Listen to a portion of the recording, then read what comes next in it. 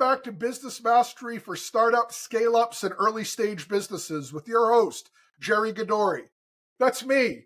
And this week, I'm super excited to talk with Jody Grunden, a virtual CFO, someone with an enormous amount of experience working in our space. And just to share some ideas today. Jody, would you please introduce yourself? Yeah, Jerry, first of all, thanks for having me on. I appreciate it. You're welcome. Looking forward to the conversation today. I started out in public accounting back in 2002, and because basically I got fired from public accounting and tried the corporate world and hated it. It was real boring. So I thought, what am I going to do? And so I thought, well, why don't I start my own firm and kind of do it the way I want to do it? And so back in '02, took the big jump, jumped right into it with no clients. Really, the only client I had was the corporation, the company that I was working for. They said, hey, if you're going to quit, you got to take us as your first client. I'm like, yep, let's do it. And so started out with them. Back then, $30,000 tax return. It was pretty big. It was exciting. I was like, well, this will give me enough money to hire an employee because I just didn't want to be a one-person show. Wanted to grow something bigger than me. I called it Summit CPA Group, even though there was only two of us. And I thought, hey, it's going to grow to be something really, really big. Yeah, proof of purchase right from the very beginning. Yeah. No, it's awesome. The kind of the cool thing about it was that when I did it, I wanted to change the way that people thought about accounting. I wanted to do things a lot differently. There's a lot of things in the corporate world I didn't like, a lot of things in the public world. And I thought, hey, let's make this something that people would enjoy coming to work. People wouldn't get burnt out because in public accounting, there's this 3-month or 4-month busy season that just really just compresses and kills people. It's like literally you're working 60, 70 hours a week. And I want to get rid of that and kind of change the view that the employees looked at it and change the view that people, that the customers looked at. And then also wanted to change the way that public accounting itself, looked at. And so that was my goal setting out. And through that journey, I was able to do it. And then we can talk about the different stages, during the conversation today. No, that sounds great, Jody. I'll tell you, when I'm talking to the audience, one of the things I talk about often is the importance as a founder or an early stage leader to make sure that you have at least a baseline understanding of all the primary groups within your company. Accounting, sales, marketing, HR, legal. You don't have to be a lawyer. You don't have to be an accountant, but you need to understand it broad strokes wise. But if I'm being fully honest, accounting is the part that's always felt a lot like alchemy to me. It's the area, I know it's pretty straightforward. Feel free to laugh, but it's an area I've always struggled with. I don't want to wind up like a poet. Language. Mm-hmm. It's definitely foreign language for sure. Yeah. Either you get it or you don't get it. There's really no in between when it comes to it. And the kind of the difference the kind of the twist that we put on it, Jerry, is that we took accounting and we tried to make it so that the end user, the customer, could really benefit from it. So we didn't want to just be compliance. I just didn't want to do tax returns, or I didn't want to do financial statements, and that was it. I wanted to kind of bring that to life for the small business owners, so they could really take that information and make really important business decisions on it. And how do you do that? Well, in the corporate world, we had a whole finance team that created these big forecasts and all that kind of stuff. Well, I thought, well, hey, if I can do that for the small business owner, man, what could they really do with their business? Could they get it to the point that they, sell it in 3 years, 10 years, 5 years, whatever that might be. And that was the primary goal. So I created this concept called profit-focused accounting in order to do that. And if you have a few minutes, I'd love to talk a little bit about it. I for sure would. But before we do, and maybe this leads into that, you talked about disliking the corporate world and wanting to be on your own. Yep. You're going to find allies in this audience for sure. But what would you say was the biggest difference between working in corporate America and being on your own? And then please, yes, I'd like to talk more about this. Yeah, for sure. So in public accounting, the idea is you'd work with many, many clients and you have a compressed time. So you're working a lot of different clients and you're spending a lot of time doing it.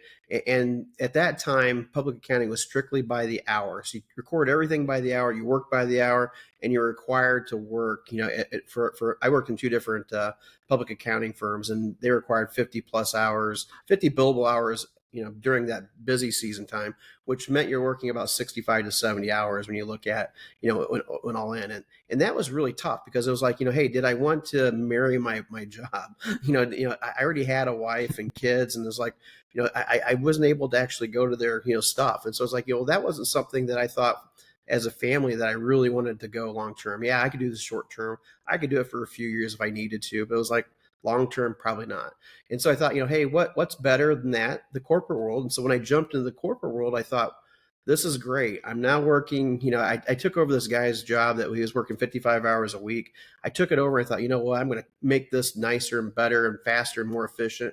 And I brought it down to 40 within the first year. And I thought, wow, this is great. Then I brought it down to about 25 to 30 the second year. I was like, oh my gosh, what am I doing here? I'm catching myself on eBay and stuff like that, trying to figure out what to do. Long lunches for golfing. And it was like, I'm feeling pretty bad at this. And then the company started going through this layoff process.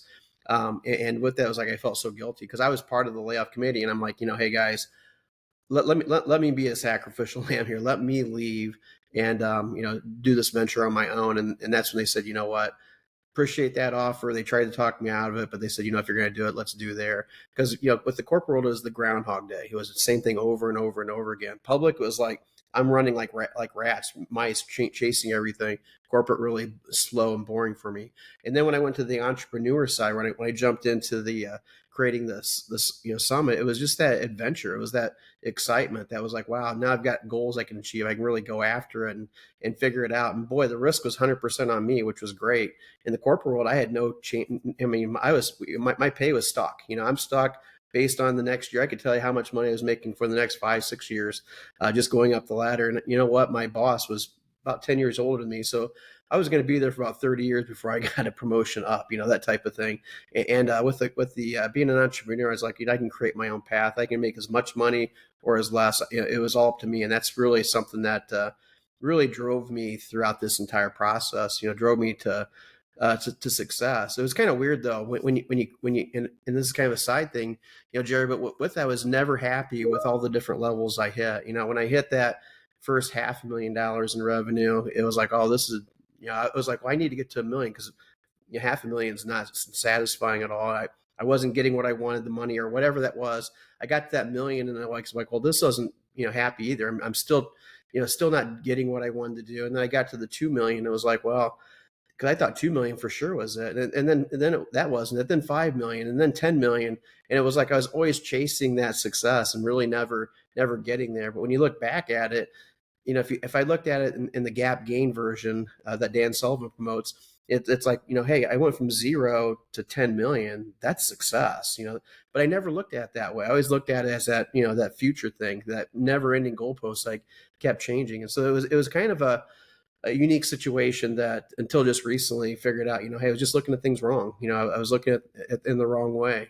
And it's really changed my perspective a lot. And I wish I would have had that perspective all the way through because I was never happy. And I don't know if that helped me drive me to the place I was at today, or if it was just simply a hindrance on me not getting there faster. And so it's something for all those entrepreneurs out there, always look at where you've been and measure yourself from there versus measure yourself from that goal where you want to be, because you probably will never get that goal because you keep moving it, as you go.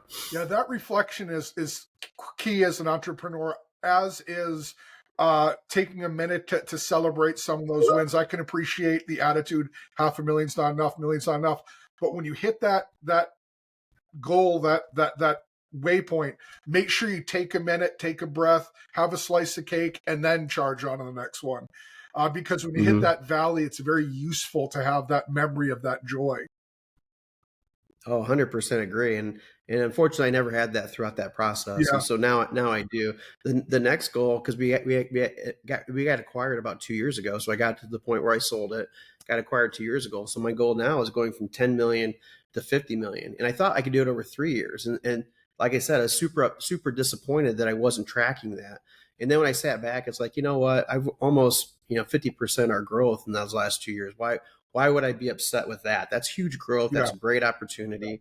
And now I just have to figure out how can I get there. And maybe I'm not going to get there in 3 years like I thought, hit that $50 million mark. Maybe it's going to be 5 years. That's great too. Yeah. Nothing wrong with that.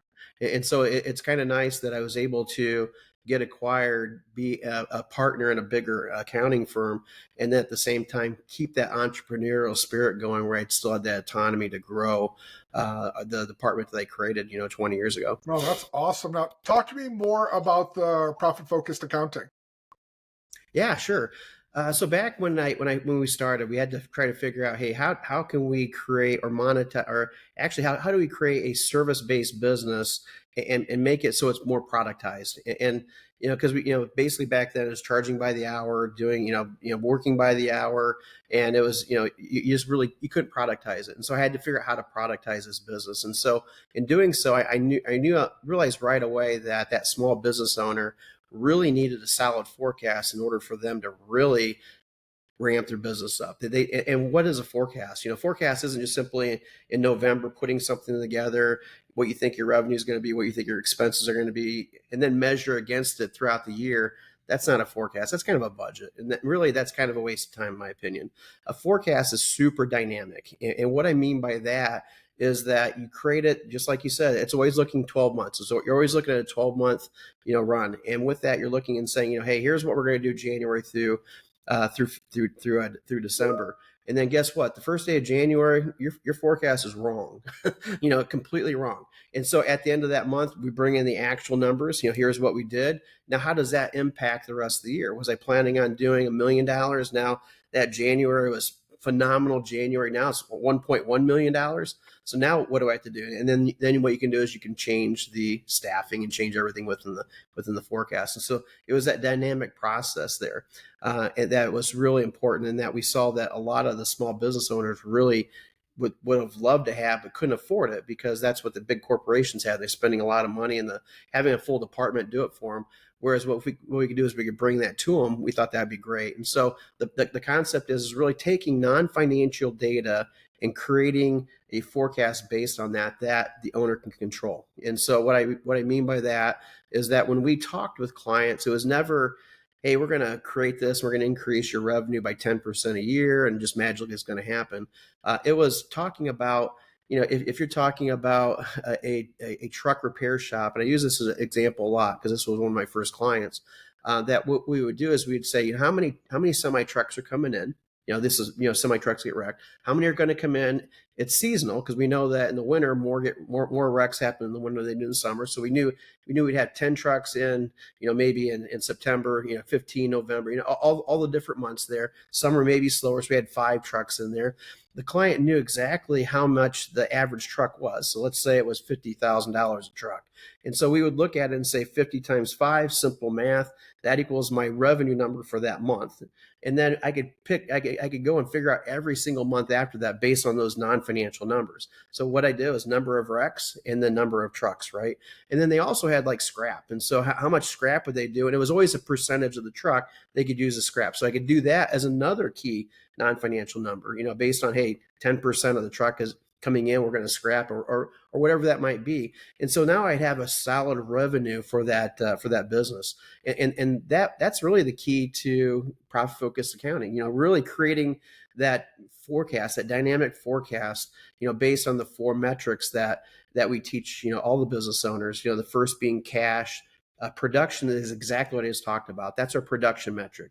Once we know what those numbers are, then we always compare against it. So, if I told you I had 5, in February, and February comes and I actually have 7, well, guess what? We adjust it to 7, and we see exactly how that's coming. How much do we have in inventory? Oh, we've got 10 trucks in inventory. We typically need 12 in order to get 8 in the next month. Well, we adjust it there. And so we're always adjusting things and creating that dynamic forecast. So that's the second one of the production metrics there.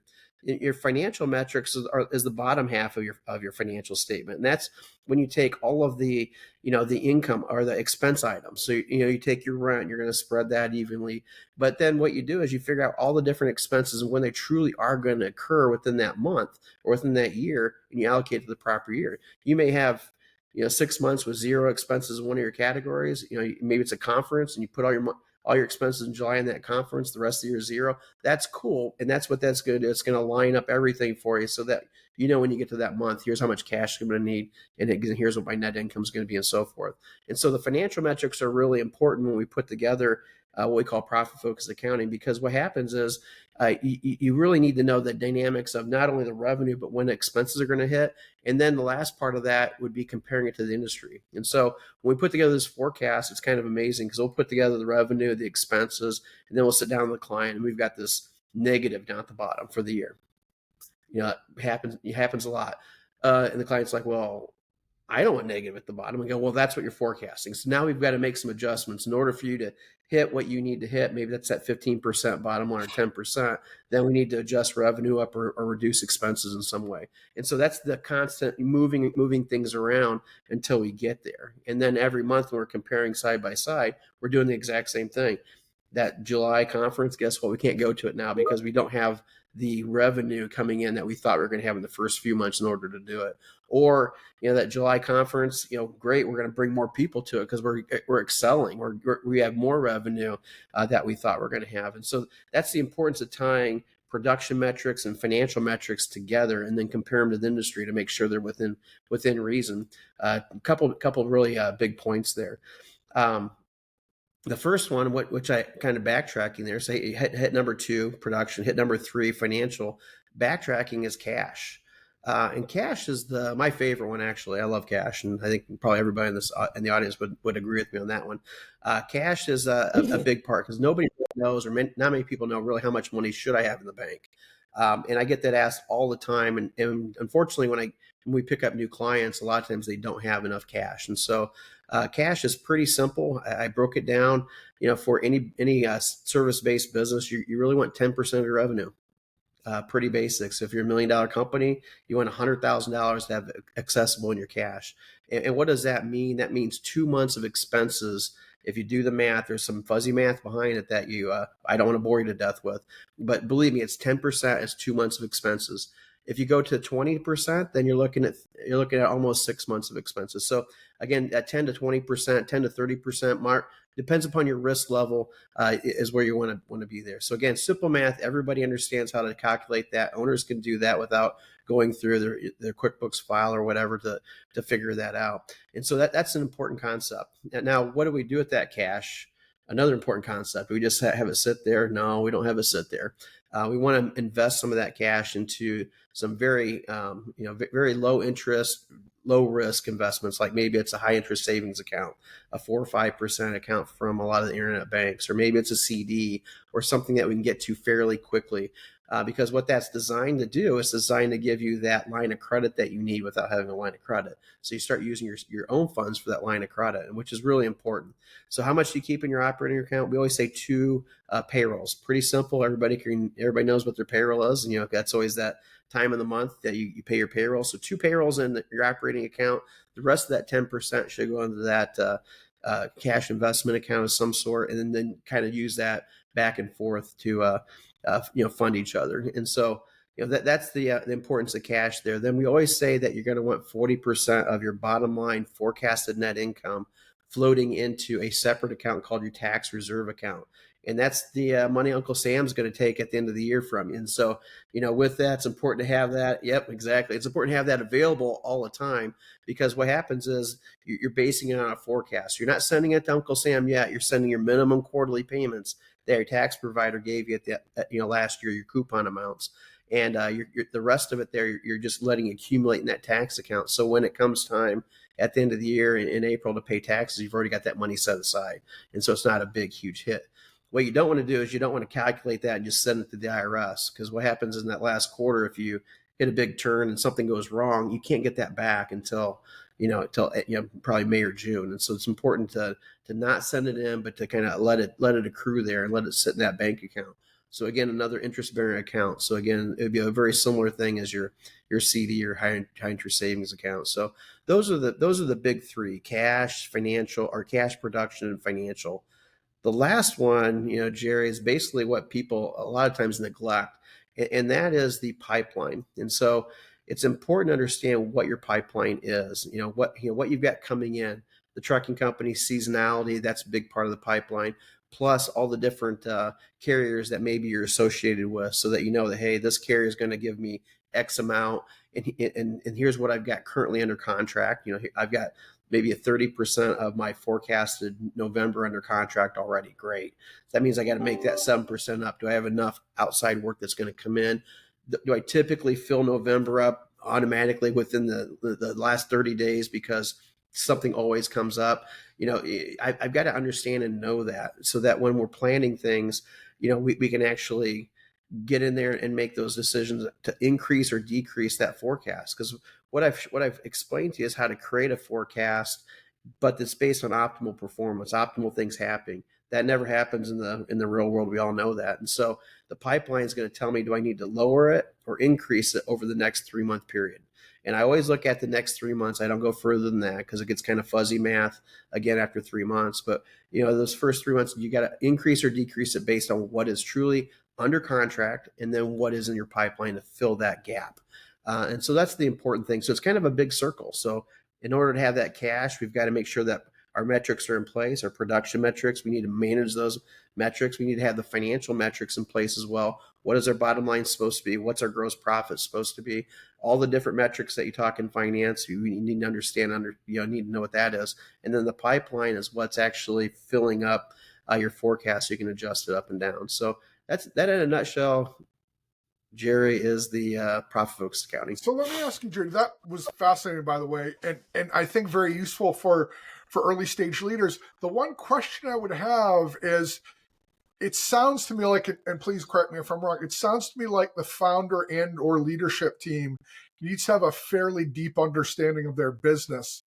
And in my experience, that's not always the case with early stage companies. I venture to say it's not often the case with early stage companies, especially if they're very early, because they just don't yet have the time in the business to know what that pipeline, how real is it. Gosh, as a longtime sales manager and salesperson, I'm here to say those pipelines are dubious at best. How do you work with that? Is there a typical size company you engage with, or do you work with them consultatively to be able to better track and share that data? How does that work? Yeah, so typically, we're not cheap. We create this virtual CFO concept with virtual CFO, an analyst behind that, and then we've got a team below that, and so we're not cheap. So it's important that a company, a very startup company, unless they're fully funded, well funded, that's a great time to bring us on for sure, because now we can kind of get things started from the very beginning, help throughout. If they're not fully funded, it really, until they get to that $1 million mark, is probably going to be, it's going to be the point that they start $1 million in revenue. Yeah. Typically, we don't pick a client up until they're about $1.5 million to $2 million, but we'll look at clients at that point, again, depending upon growth and really the where they're at in the stages of their business line, that type of thing. But what we don't want to do is we don't want to be their biggest dollar amount on their financial statement, and that's what, because we don't have a silver bullet every time we come to play, because we're meeting with clients on a regular weekly cadence, and so it's important that we work alongside the client and really kind of help them and guide them along the way.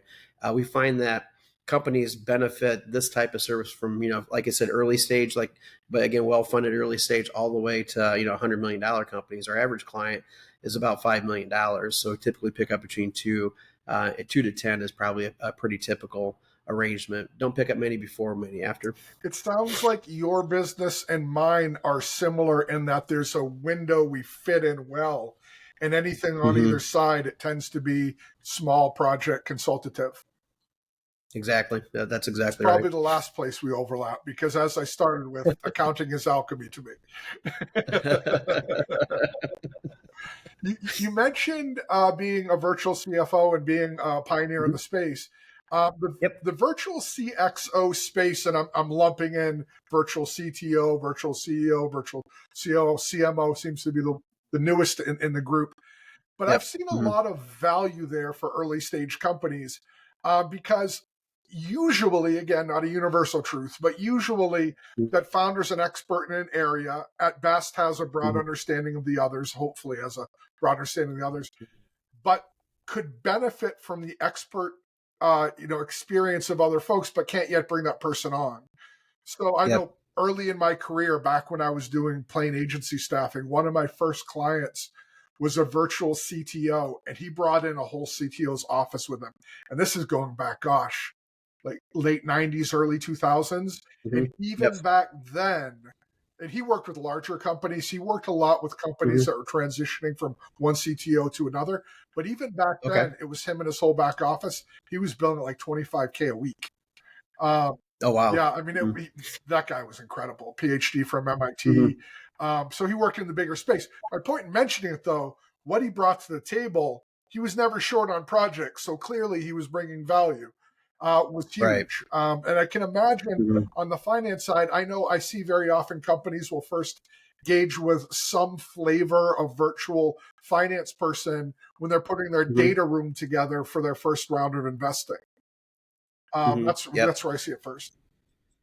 Yeah, no, it happens all the time. So what they'll a lot of times they'll bring us in and they'll have us correct the past, whether it's a year or 2 years or whatever they've done. So they're correcting the past, and then they're putting together a really nice forecast on what that they can solidly say, put in front of an investor and say, yeah, hey, here's what we can do. But again, it's not that 10% or 20% or 30%. It's based on, hey, here's the non-financial indicators that are actually going to get me to those numbers. And so that's a very common time for a first round investor to do it. That makes sense. Now, your current firm, you had mentioned obviously the profit focused accounting, but you've also Mhm. mentioned virtual CFO. Do you do that as well, or are you focused exclusively on the profit? Yeah, so profit focused accounting is the tool or method that we use as virtual CFOs. And so virtual CFO is a concept that I pioneered way back in 2000, probably 2004-ish, somewhere in that ballpark.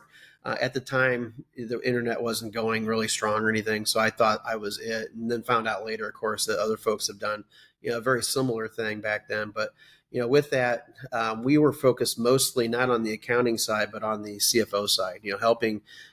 We hope that they had their accounting in order, and we were taking that information and really kind of helping them guide.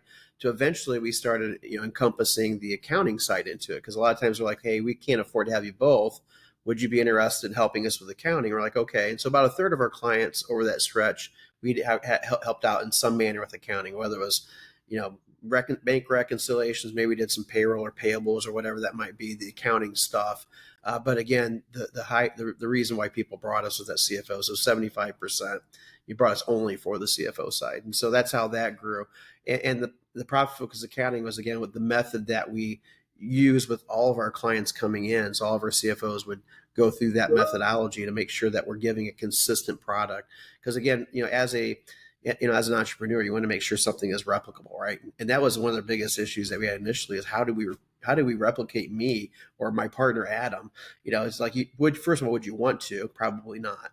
But second of all, how do we do that? And so we had to create profit focused accounting in order for our new CFOs coming in to be able to consistently teach our clients a methodology. That's awesome. And is that your flagship offering? Is that the entirety of your offering Mhm. now, or do you do any other CFO work? That's primarily it. So profit focused accounting includes all that, but that's just the methodology when we create the forecast, the cash, the foundation there. So risk management, and there's a lot of other things, banking relationships, you name it. We do that on top of all of that too. So that's something that's included in our virtual CFO package. Would be really everything that we talked about. There really are. The services are entirely different, but the way that you're structured is almost identical to the way that I am. It's kind of Oh, no kidding. That's yeah, it's kind of awesome. crazy. I thought I'd invented something new. So thanks for taking that away from me. Yeah, you'll notice nothing's ever invented new. I couldn't agree more. It's iterations. I swear we're like 2 decades away from some form of buggy whip being relevant again, and somebody's going That's to right, invent some exactly. new Hmm. form of that. It's crazy. Yep. So Hmm. this is fascinating. One more question before we start to wrap up. So you Yeah. mentioned you work predominantly in that million and a half to 5 million. Companies that are growing up to that point, they're not ready to engage with you or anyone like you yet. What Right. advice do you Hmm. give them to have a solid financial, backbone to their company so they get, frankly, to that 1.5? Yeah. Yeah. Cash is king. It really is. So having a strong cash position will help you dramatically. And so, yeah, it's easy to say have a strong cash position when you're in there, you're working there, but it truly is. And so when you create that forecast yourself, and a lot of kind of backing up, a lot of people don't even have a forecast, don't even know what that is. And what happens is they kind of see themselves kind of floundering all over the place, trying to get to that big goal, and they're not really getting anywhere. Maybe the revenue is great, but their net income is really poor. There's a lot of things that they're looking at. And so once you sit down and create that and really manage that every single month, and the consistency is the key. You've got to do it every single month, every single week, wherever that might be. It's got to be a consistent basis. It can't be when you're running out of cash. Oh, let's look at my accounting. That's not how it works. And so as an entrepreneur, you've got to do that. That's key to success there, because you're creating that financial forecast. And once you create that financial forecast, it's kind of miraculous how it happens. It's like a roadmap. If you're in Indiana and you want to go to Florida, well, everybody knows how to get there, right? You just drive south. If I got in a car and drove south, I would eventually get to Florida. I might make a wrong hand turn here and there, but I'm going to get there. But when you have that roadmap or that forecast, that's the GPS. That's the map to get there. And then hiring like a virtual CFO is the GPS system. That's saying, hey, got a roadblock here. How do I get around that roadblock? Big detour here. Go here. Bad weather. Let's go around the bad weather. All that stuff is kind of the virtual CFO side of it there. So yeah, you can get there with just simply driving, and that's what pretty much all entrepreneurs do when they start out. But then when they create that forecast, now they truly have the map. And once they have that map, then at some point it's time to get that GPS system. Yeah, I found whenever I get into a cash crunch, I have a ski mask and an unregistered pistol. We get that knocked out, right back to business. In all Yeah, it's brutal. In all seriousness, I don't want to make this sound disparaging towards founders. There's just so much going on. You've got, if you're a product company, you're working with your team to get the product up and ready so you can show it to the world. If you've got a service, you're trying to hone your why am I different and why should you listen to me message. And then you find out some guy named Jody's running the exact same type of thing, but with a different service. So that's great. And then while you're doing that, you've got to obviously, pay your bills, make sure payroll's met, and set aside the piece for the tax man because you don't want to take the Capone road. There's just so many things to cover. It's so easy to drop one ball and not even notice it until, I don't want to say it's too late, but till it's difficult. That's where the consistency is, right? I mean, the consistency is let's say every Friday or every Monday, we're going to meet together and we're going to figure the finances out real quick. And then it doesn't take much. You're only spending an hour, maybe a week, and you're going into the next week. Again, you look at the finances again the next week. And this could be you and your partner, you yourself, you and whoever else is helping you with the accounting. You can just do it once a week. That's all you need to do. And you can figure your cash out. You can figure your accounting out. It really is not a lumbersome process unless at the end of unless you do it like you had mentioned, that when you figure out how am I going to cover my payroll and wonder why, you're in the black. So where's all my money at?